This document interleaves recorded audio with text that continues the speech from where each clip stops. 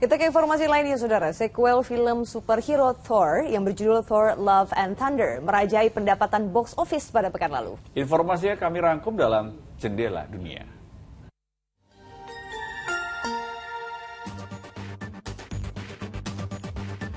Perang Rusia-Ukraina masih terus berlangsung dan saat ini serangan Rusia telah memasuki wilayah barat Ukraina. Sabtu lalu, sebuah serangan rudal Rusia menghancurkan sebuah gedung apartemen dan menewaskan 15 orang serta puluhan lainnya cedera. Tim SAR yang dibantu warga hingga kini masih terus melakukan pencarian sambil melakukan evakuasi. Diduga 24 orang masih terperangkap di bawah reruntuhan.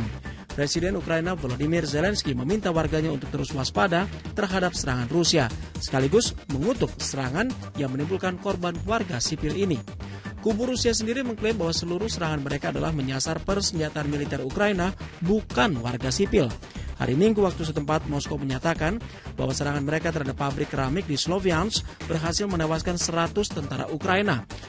Selain itu, lebih dari 1.000 meriam artileri jenis M777 Howitzers buatan Amerika Serikat serta 700 rudal dan peluncur rudal berhasil dihancurkan. Sementara terkait serangan di Kasiv-Yar, Rusia menyatakan bahwa serangan tersebut menyasar persenjataan Ukraina. Rusia memang telah lama menuding Ukraina sengaja menempatkan persenjataan mereka di dekat warga sipil. Setidaknya 15 orang tewas dan 8 lainnya luka-luka dalam sebuah teror penembakan di Soweto, Amerika Selatan. Polisi setempat menyatakan bahwa penembakan terjadi Minggu dini hari. Saksi mata menyebutkan pelaku tiba di lokasi dengan menggunakan taksi. Setelah itu pelaku memasuki sebuah bar dan secara acak menembaki para anak muda yang tengah berada di sana.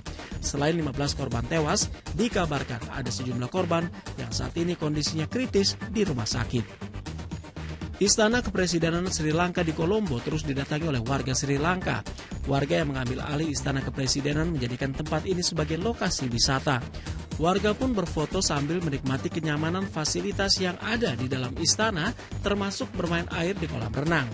Warga menilai kemewahan yang ada di dalam istana bertolak belakang dengan kondisi masyarakat yang mengalami krisis ekonomi selama berbulan-bulan. Pengambil alihan ke Istana Kepresidenan ini secara tidak langsung membuat warga memaksa Presiden Gotabaya Rajapaksa bertukar tempat dengan rakyat. Warga akan terus menduduki Istana Kepresidenan hingga Presiden secara resmi mengundurkan diri.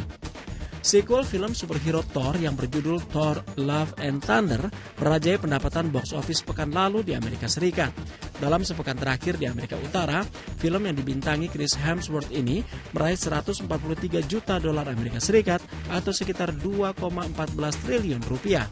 Raihan ini melebihi film-film Thor sebelumnya dan secara global film ini meraup 302 juta dolar Amerika Serikat atau sekitar 4,52 triliun rupiah. Film ini memang diprediksi akan meraup sukses seperti film-film superhero sebelumnya keluaran Marvel. Ada di posisi kedua pendapatan pekan lalu adalah sequel film animasi Minions yang berjudul Minions: The Rise of Gru. Film ini meraih 45,6 juta dolar Amerika Serikat atau sekitar 696 miliar rupiah. Ada di posisi ketiga adalah film terlaris tahun ini, Top Gun Mavericks, yang pekan lalu meraih tambahan 15,5 juta dolar Amerika Serikat atau sekitar 232 miliar rupiah.